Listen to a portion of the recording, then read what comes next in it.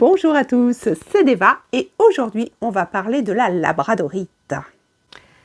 La labradorite fait partie de la famille des feldspaths, tout comme l'amazonite ou la pierre de lune.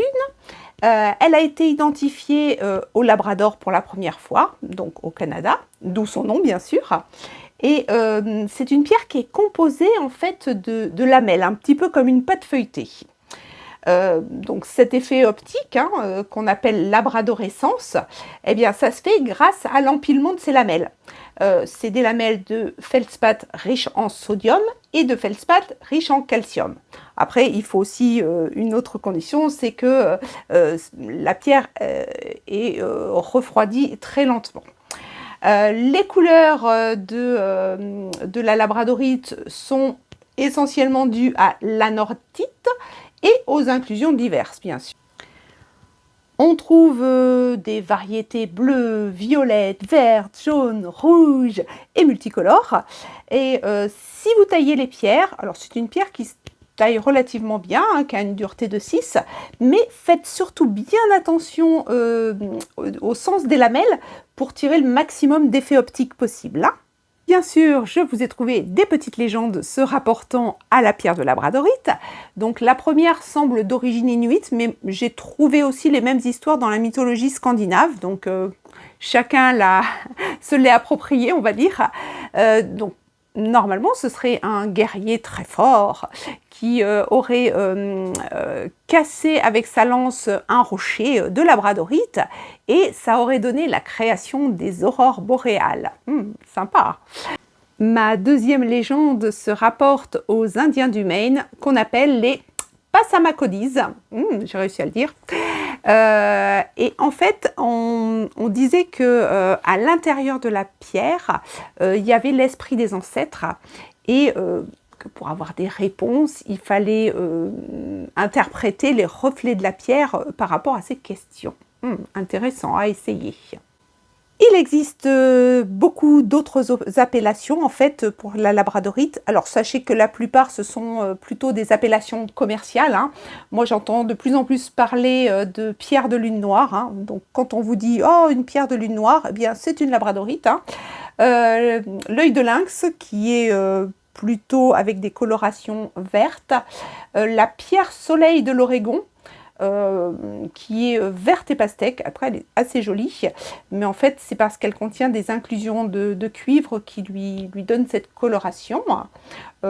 J'ai aussi vu la carnatite et enfin la fameuse spectrolite, alors qui est une variété par contre vraiment très colorée, avec de beaux reflets de labradorescence et qui vient uniquement de Finlande. Donc si ça vient d'Inde, il y a un problème. Quelles sont ses vertus en lithothérapie? Alors déjà, la principale pour moi, c'est de ne pas être impacté par les gens, mais aussi par l'environnement. Il y a des gens qui peuvent être assez sensibles et qui ressentent tellement les émotions ou les vibrations du monde extérieur, voilà, que ça leur procure un certain mal-être. Donc déjà, une pierre de labradorite serait très recommandée pour ces personnes. Deuxième chose, ça résorbe aussi toutes les pensées négatives qu'on peut se mettre. Donc du coup, ça redonne de la positivité dans la vie. C'est aussi un bouclier énergétique, une pierre éponge en fait, pour les personnes qui sont dans le médical, dans le social. Mais je pense que toute personne en lien avec du public devrait avoir sa petite labradorite. Tout simplement parce que si vous êtes vendeuse, caissière ou à l'accueil d'un endroit, d'un parking, pourquoi pas, vous avez les réclamations des gens toute la journée parce que c'est de plus en plus difficile de trouver des interlocuteurs, donc vous êtes le premier à recevoir les récriminations et puis voilà, les gens ils se déchargent un petit peu de leurs émotions sur vous et puis c'est pas toujours drôle. Contrefaçon et traitement. Alors au niveau des contrefaçons, voilà, il n'en existe pas tellement parce que la labradorite est une pierre relativement courante sur la planète. Par contre, au niveau des traitements, parce qu'elles n'ont pas toutes des belles petites couleurs et une belle labradorescence, bon, ben forcément, ça, c'est vraiment bien accentué, d'autant plus qu'elle est très poreuse et très facile à colorer. Enfin bon, moi je sais pas faire. Hein. Donc en ce moment, c'est beaucoup les pierres de lune rouges ou roses qui sont très à la mode, qu'on voit sur plein de sites. Hein. Sachez que c'est de l'oxyde de cuivre qu'on a introduit dans la pierre pour lui donner cette espèce d'éclat rose orangé. Vous avez aussi des pierres qui sont passées dans des électrolytes pour leur redonner justement un petit brillant, un petit, voilà, des petites paillettes à l'intérieur en fait. Il y a aussi, alors c'est plus l'Inde qui est spécialiste de ça, mais on met la pierre dans une sorte de bain d'acétone et on la polit avec des pigments pour lui donner des couleurs très flash, très flashy, très violette, très bleu. Alors attention, hein, il existe bien sûr des pierres naturelles, rouge, bleu, vert, jaune, violette, c'est sûr. Mais de plus en plus, on induit un petit peu le public en erreur et bah, c'est dommage. Après, vous voulez une belle pierre très colorée, du moment que le vendeur vous dit, bon ben voilà, sachez qu'elle a été traitée. Moi, ça m'arrive de faire des bijoux, les gens, ils veulent des pierres très colorées. Je leur dis, ok, je vais vous trouver une pierre teintée, il n'y a pas de souci. Mais il faut que le vendeur soit assez honnête pour vous la présenter ou vous dire qu'elle a eu un traitement.